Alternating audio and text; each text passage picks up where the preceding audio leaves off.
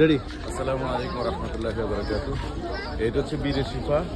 বীর মানে কূপ, শিফা মানে আরোগ্য।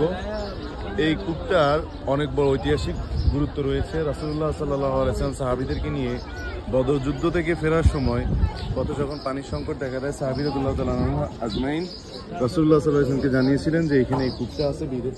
আর এই একটা কূপ আছে যে কূপটা বিষাক্ত। এই কূপের পানি ছিল বিষাক্ত এবং দূষিত। রাসূল সাল্লাল্লাহু আলাইহি ওয়াসাল্লাম এটা শুনে ওনার জবান মোবারক থেকে থুতু এখানে ফেললেন এবং আল্লাহ তাআলার কাছে দোয়া করলেন।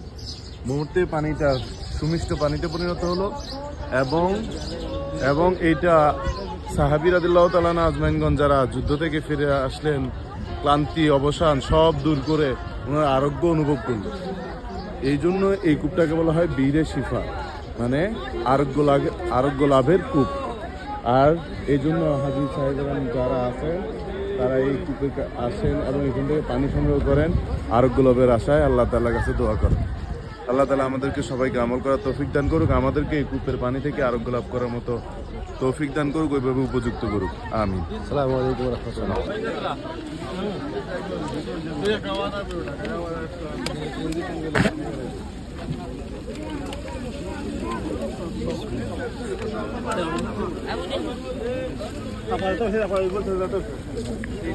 ছোট একটু করে